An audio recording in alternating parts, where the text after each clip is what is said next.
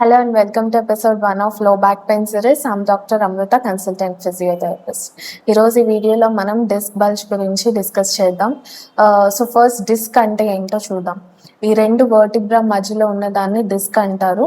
So ఇది స్పైన్లో shock అబ్జార్ప్షన్కి అండ్ కుషనింగ్ బిట్వీన్ టూ వర్టిబ్రాకి యూజ్ అవుతుంది. ఈ బయట ఉన్న రింగ్స్ని యాన్యులర్ రింగ్స్ అంటారు అండ్ లోపల ఫ్లూయిడ్ సబ్స్టెన్సెస్ న్యూక్లియస్. డిస్క్ బల్జ్ని ఇంటర్వర్టిబ్రల్ డిస్క్ ప్రొలాప్స్ అని కూడా అంటారు.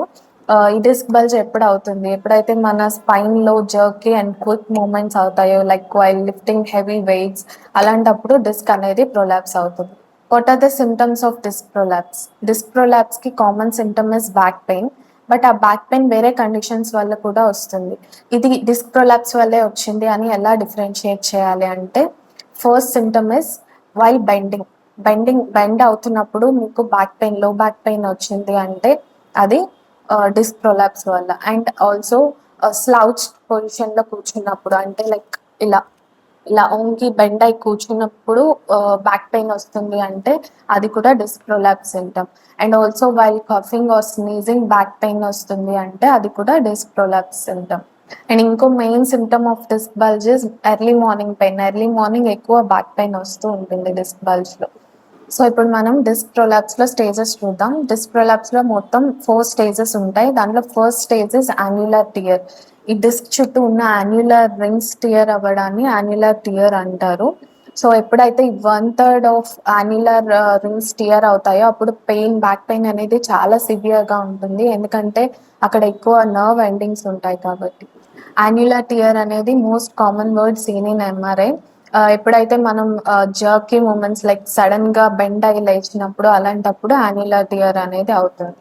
So next second stage of disc prolapse is protrusion or disc bulge. Protrusion అంటే ఈ యాన్యులర్ రింగ్స్ అనేవి ఇంటాక్ట్గానే ఉంటాయి, అంటే దీంట్లో ఏమాత్రం టేయర్ అనేది ఉండదు. బట్ ఈ మధ్యలో ఉన్న న్యూక్లియస్ ఏదైతే ఉందో అది అవుట్ సైడ్ బల్జ్ అవుతుంది. సో ఇలా న్యూక్లియస్ మాత్రం బల్జ్ అవుతుంది. దీన్ని ప్రొట్రూషన్ ఆర్ డిస్క్ బల్జ్ అని అంటాం. Next third stage of disc prolapse is extrusion or disc herniation. So extrusion అంటే ఇందాక మనం ప్రొట్రూషన్లో చూసాం కదా, డిస్క్ అనేది బల్జ్ అవుతుంది బట్ యాన్యులర్ రింగ్స్ అనేవి ఇంటాక్ట్గానే ఉంటాయి. బట్ ఈ థర్డ్ స్టేజ్ అంటే ఎక్స్ట్రూషన్లో యాన్యులర్ రింగ్స్ అనేవి టియర్ అయిపోతాయి and nucleus comes out like this. So ఇక్కడ ఉన్న యాన్యులర్ రింగ్స్ అనేవి టియర్ అయ్యి డిస్క్ ఇలాగా బల్జ్ అవుట్ అవుతుంది. దీన్ని డిస్క్ హర్నియేషన్ ఆర్ ఎక్స్ట్రూషన్ అని అంటాం. Fourth stage of disc prolapse sequestration. Sequestration అనేది చాలా సివియర్ కండిషన్, దీనికి సర్జరీ అవసరం పడే ఛాన్సెస్ ఉంటాయి. So what is sequestration? ఇందాక మనం చూసాం కదా, ఈ న్యూక్లియస్ అనేది బయటికి ఇలాగా హర్నియేట్ అవ్వడం.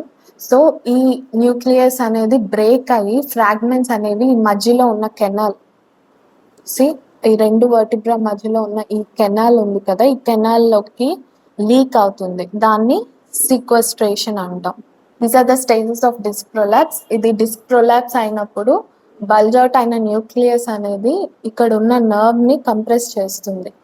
This is most commonly seen in sciatic nerve. Sciatic nerve most commonly compress అవుతుంది డిస్క్ బల్జ్లో and we call it as sciatica. లెగ్లోకి పెయిన్ అనేది రేడియేట్ అవుతుంది. This is all about disc prolapse. Next వీడియోలో మనం disc prolapse treatment dos and don'ts చూద్దాం. Hope you find this video informative. Please like, share and subscribe.